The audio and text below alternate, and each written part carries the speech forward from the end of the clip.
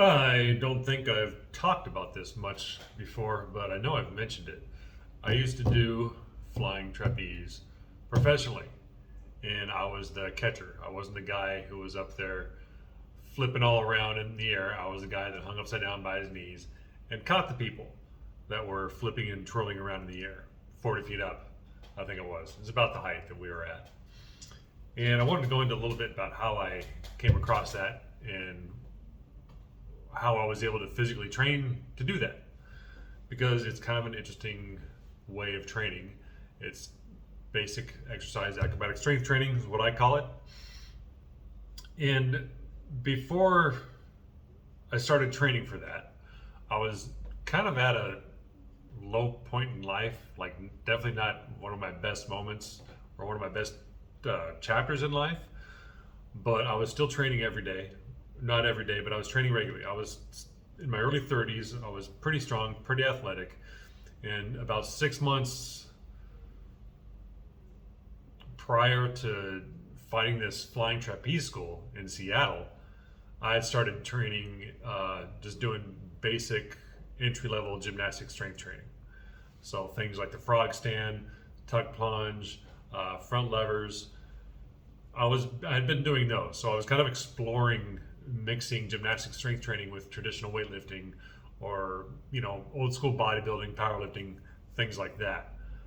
And I found, when I came to gymnastics, that really kind of changed things for me, because I've been training with weights since I was a teenager, and it's pretty strong, but nothing, not breaking world records or anything, but pretty strong guy in my early 30s at 48 now.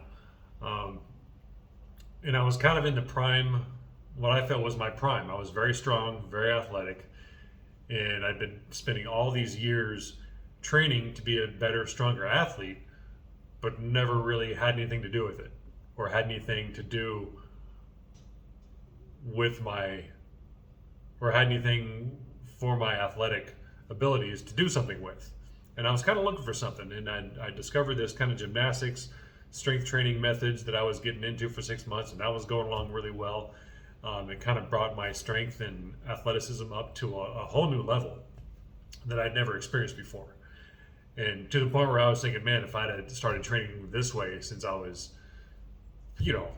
13, 14 years old, where would I be at? I still think that today. If I could go back and do anything over, I would have focused way more on gymnastics and acrobatics rather than, just being in the weight room trying to lift weights and get big. You can certainly end up plenty muscular and athletic just doing gymnastics and acrobatics. As a matter of fact, that's mostly how I train now. It's all calisthenics, acrobatics, body weight based, some lifting weights, but not a whole bunch, just to kind of do some basics. But when I saw this advertisement for a flying trapeze school, I had been working graveyards at a gas station as a gas station clerk. It was really kind of a crappy job, but it's what I could get at the time, and it allowed me to train. It allowed me to go to school in the mornings. I've been taking a couple classes at community college in the morning, and I was riding the bus back to my apartment in downtown Seattle, and I look up and I see this advertisement for a flying trapeze school. And I remember thinking, that's not something you see every day. And I immediately knew that I could be a catcher, that I knew without a shadow of a doubt that I had the athletic capabilities to be a flying trapeze catcher. And immediately I wanted to train to do it professionally, to have that be my job. As crazy it may have sounded, and it did sound crazy, but I got excited. I got so excited I could hardly sleep.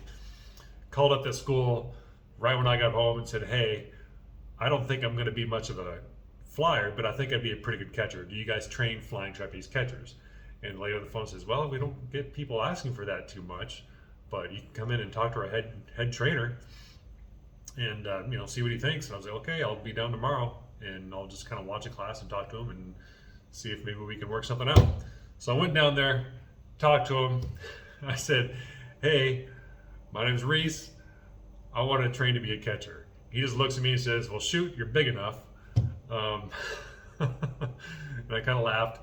And then I said, well, what's the process? How do we get started? He's like, well, first thing you need to do is just take a couple flying trapeze classes, and we'll see how you do, see if you handle the heights, see if you've got some strength and coordination, and if you do decent enough, we'll start training you. And I was like, cool. So I went and did that, did a couple classes, learned the first few tricks you learn on flying trapeze. There's like a knee hang, a straddle whip, and a plunge, which is all very basic stuff, but you've got to be fairly athletic and strong to be able to do those. Did them just fine.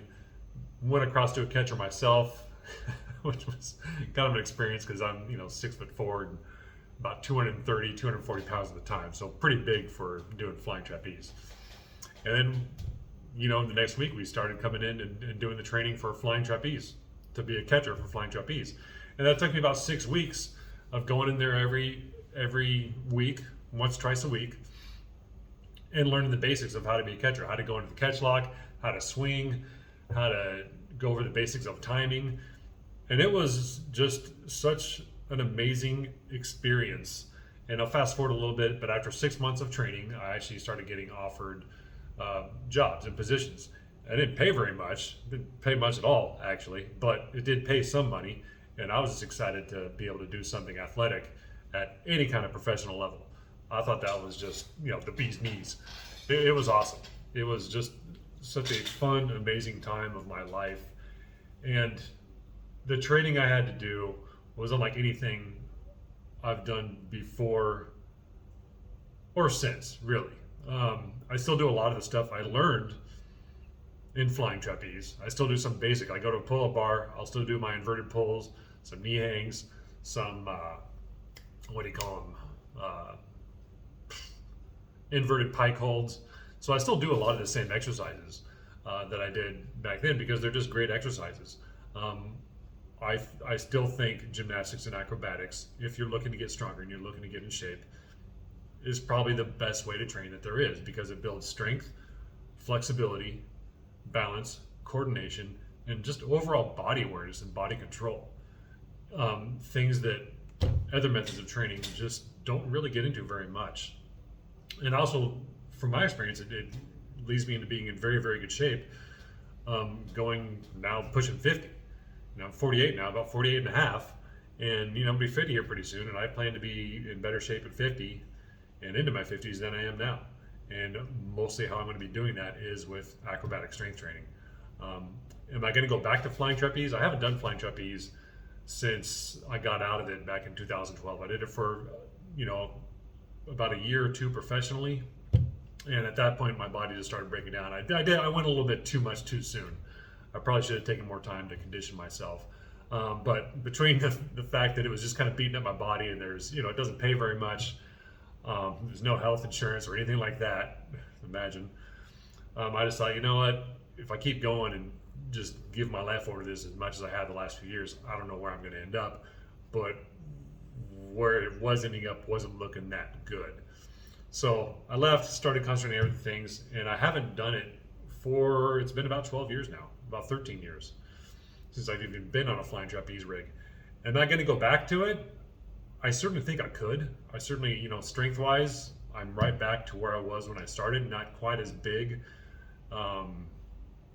muscle-wise as I used to be, but the strength is there. I can still hang from my knees from a pull-up bar, no problem. I can do a ton of pull-ups. Inverted pulls are no problem. So all the strength standards to be able to go back to doing it are there, but I'm not sure if I'm going to go back yet or not. It's kind of one of those things where I've been there, I've done that, and I'm kind of looking at maybe some other things that are also not exactly what would be considered low risk. Yeah, I'm thinking I'll probably get more into something like skydiving or something like that. That's probably what it's going to be. I don't know when yet, but I'm always training for something.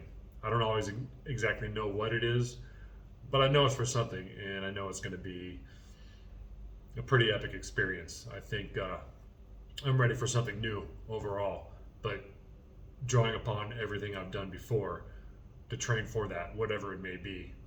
That's what I'm set up for now. But anyways, I hope this little story made some sense, that I was able to make some sense of it. I'll have to tell it again, maybe retell it a few more times to tell it better. Anyhow, that's it for now, people. We will talk later.